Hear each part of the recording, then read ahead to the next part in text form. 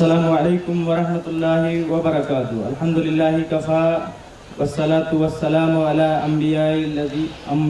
علی نبیہ المصطفیٰ اما بعد۔ محترم موقر علماء کرام، عمائدین جماعت، حاضرین اور میری اسلامی ماؤں اور بہنوں، اور اسی طرح سند فراغت سے تفویض کی جانے والی ہماری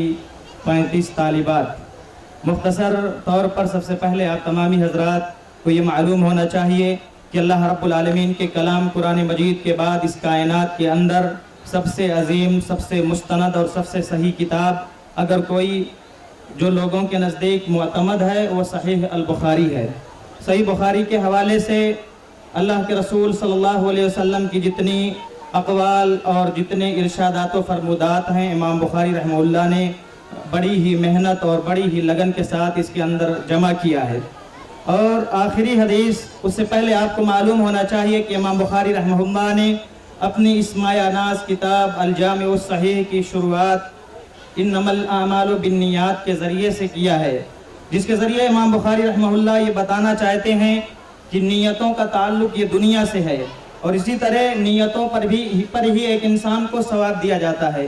اور ایک انسان کو کسی بھی عمل کی شروعات کرنے سے قبل اسے اپنی نیت کو خالص کرنے کی ضرورت ہے۔ تو وہیں امام بخاری رحمہ اللہ نے اپنی اسماء ناز کتاب کو کتاب التوحید اور میزان کو قائم کیے جانے کے ذریعے سے ختم کیا ہے، اور جس کے ذریعے امام بخاری رحمہ اللہ یہ بتانا چاہتے ہیں کہ جس طریقے سے اس دنیا کے اندر ایک مسلمان کو اس کی نیتوں کے بقدر ثواب دیا جائے گا، اجر دیا جائے گا، اسی طرح قیامت کے دن اللہ رب العالمین میزان کو قائم کرے گا۔ میزان یہ برحق ہے، اور جس طرح ایک انسان نیک عمل کرے گا اس کے میزان اگر بلند رہیں گے، اچھے اعمال سے وہ بھاری اور بھرکم رہیں گے، اللہ رب العالمین اس کا ثواب عطا کرے گا، اور اگر اس کے برخلاف اس کے عملوں میں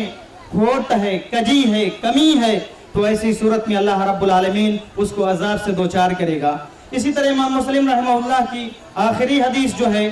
کتاب التفسیر، اور اس کے اندر غزوہ بدر کے اندر شرکت کرنے والی جو دو جماعتوں کے حوالے سے ہے، ایک جماعت جو مسلمانوں کی تھی، ایک گروہ جو کافروں کی تھی، اور غزوہ بدر کے موقع پر ولید اور اسی طریقے سے عتبہ بن ربیعہ اور دیگر تیسرا ایک جو کافروں کا سردار تھا اور بڑا بہادر تھا، یہ تینوں کے مد مقابل میں اللہ کے رسول صلی اللہ علیہ وسلم کے حکم سے کچھ انصاری صحابی آگے بڑھے تھے، تو انہوں نے یہ مطالبہ کیا تھا کہ ہماری مبارزت کے لیے، ہم سے مزاحمت اور لڑائی کے لیے بنو ہاشم کے ہمارے اپنے ہی خاندان کے لوگ آگے بڑھیں، اور جس پر حضرت حمزہ، حضرت علی اور دیگر تیسرے صحابی رضی اللہ تعالی عنہ آگے بڑھے تھے، اور ایک ہی وار میں انہیں واصل جہنم کیا تھا۔ یہ ہے بخاری اور مسلم، ان دونوں احادیث کی کتابوں کی امت کے نزدیک بڑی اہمیت ہے۔ تین باتیں ایک منٹ میں ذکر کر کے اپنی بات کو ختم کروں گا۔ ان تین باتوں کو اور تین نصیحت کو لے کر ہماری ماں اور بہنوں کو، سامعین اور سامعات کو لے کر اپنے گھر جانا چاہیے۔ پہلی چیز یہ ہے کہ کسی بھی والد اور کسی بھی والدہ کا اس کی اپنی اولاد اور بچے کی تربیت میں بہت بڑا رول اور کردار ہوتا ہے۔ چنانچہ یہی وجہ ہے ائمہ اربعہ کی آپ مثال لے لیجئے، امام مالک رحمۃ اللہ علیہ کے علاوہ امام شافعی رحمۃ اللہ علیہ، امام احمد بن حنبل رحمۃ اللہ علیہ، اور اسی طریقے سے دیگر تمام کے تمام یہ جو مجتہدین تھے، ائمہ اور مشائخ تھے، فقہاء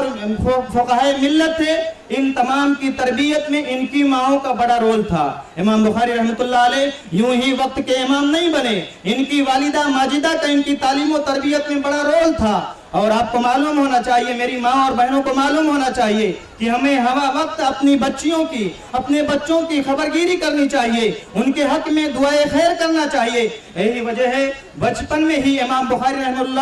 رحمہ اللہ کی قوت بینائی چلی گئی تھی، آپ نابینا ہو گئے تھے، ان کی والدہ ماجدہ نے ان کے حق میں دعا کیا تھا، اور جس کے نتیجے میں اللہ رب العالمین نے امام بخاری رحمۃ اللہ علیہ کی قوت بصارت کو واپس لوٹا دیا تھا۔ تو ہماری ماں اور بہنوں کو یہ بات یاد رکھنے کی ضرورت ہے کہ ہمیں اپنے بچوں کو اگر آگے بڑھتے دیکھنا ہے، انہیں آگے چل کر ترقی کے منازل سے ہمکنار کرنا ہے، تو ہمیں اپنا کلیدی کردار اور رول اب انہیں مہیا کرنا پڑے گا، اپنا تعاون پیش کرنا پڑے گا۔ اور دوسری سب سے اہم بات، ان دونوں ائمہ کے حوالے سے یہ بات بھی ہمیں معلوم ہونا چاہیے کہ طلب علم کی راہ میں ہمیں بہت زیادہ محنتوں کا سامنا کرنا پڑتا ہے، ہمیں بڑی محنت اور بڑی ہی کوششیں کرنی پڑتی ہیں، اور انہی کوششوں کے نتیجے میں ہمیں